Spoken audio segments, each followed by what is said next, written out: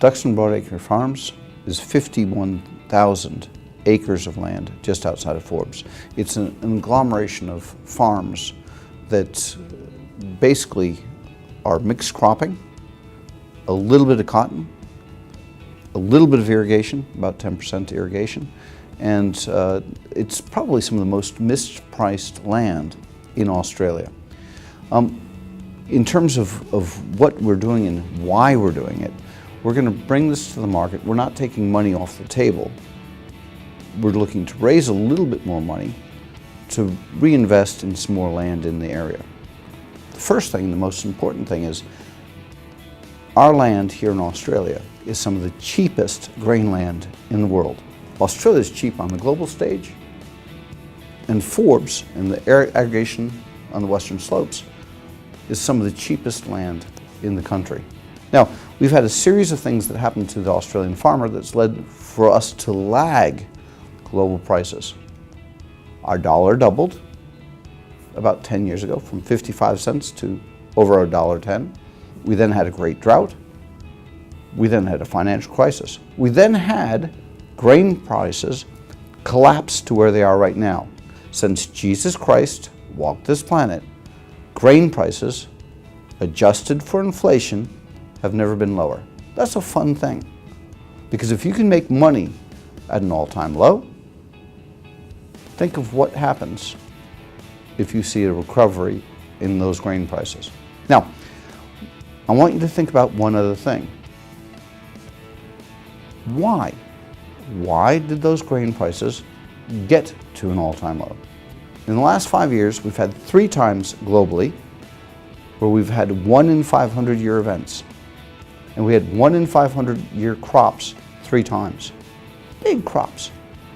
We had 1 very good year and 1 okay year. That excess supply drove down our prices.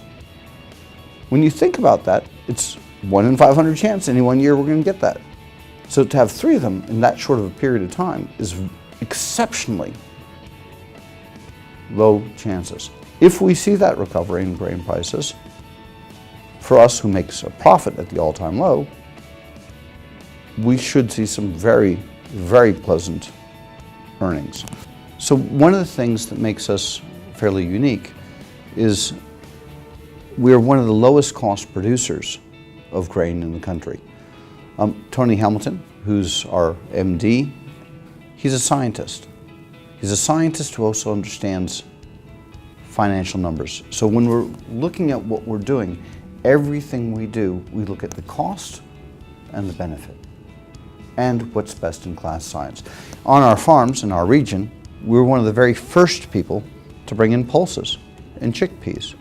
Tony was one of the very first people, or the first person, to bring into the Lachlan Valley cotton, which we've been running for the last 3 years. In fact, we won the prize in New South Wales for the highest yield and highest quality. But Tony brings something else.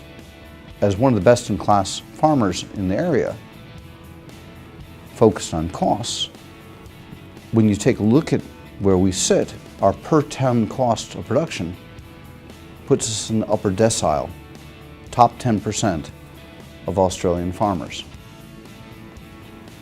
Very few people can get into that space.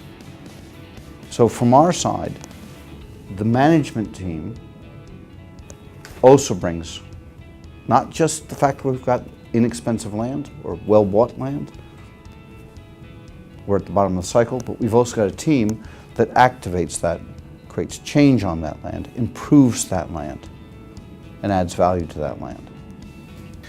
Duxton Capital is, we're an asset manager that thinks a little bit differently than most people. We try and run scenarios on pretty much anything that can happen in the economy and then position ourselves in front of that.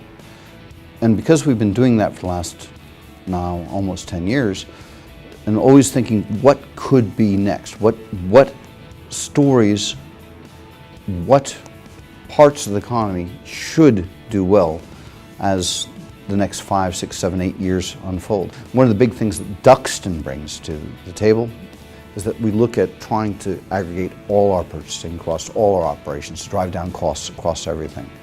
If I can go in and negotiate as one of the biggest buyers of fertilizer in the country I'm not getting a 10% discount. I'm getting much, much deeper discounts. For us, half of the value we have is taking our costs aggressively down across the boards, but not skimping on quality. The board is a mixture of different skill sets. We've got Wade Davenant, who's a farmer himself, so he's got a pretty wide brief. He sits, he's basically chairman of the board of the South Australian Grains Organization, the Governmental Grains Organization. We've also got Mark Harvey. Mark Harvey's on the board of a large seed company. His family's been doing broadacre for 5 generations. He himself did 20 years of broadacre farming. For him, he's exceptionally excited about this. He rambles on about this being the cheapest thing he's seen in 40 years of farming. We've then got more people who are more financially based, like myself, who are very concerned about the setup of our balance sheet, thinking about what our cost of debt is, how we do our purchasing, and how we drive down costs. We're going to pay down a little bit of debt because we've just bought an aggregation. If we get the upper end of the range, we're going to buy a couple more farms within the same area at this point in time, just because we think it's truly mispriced against Australia. And for us, that gives us some nice synergies, additional cost savings on the overall portfolio. The board is very, very conservative in terms of debt and not wanting to have debt.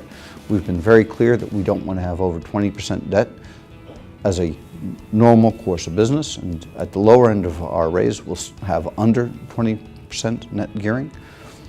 At the upper end, we'll have none, but we'll spend a little bit of money by bringing in 1 or 2 more farms, but we'll keep it well under the 20%.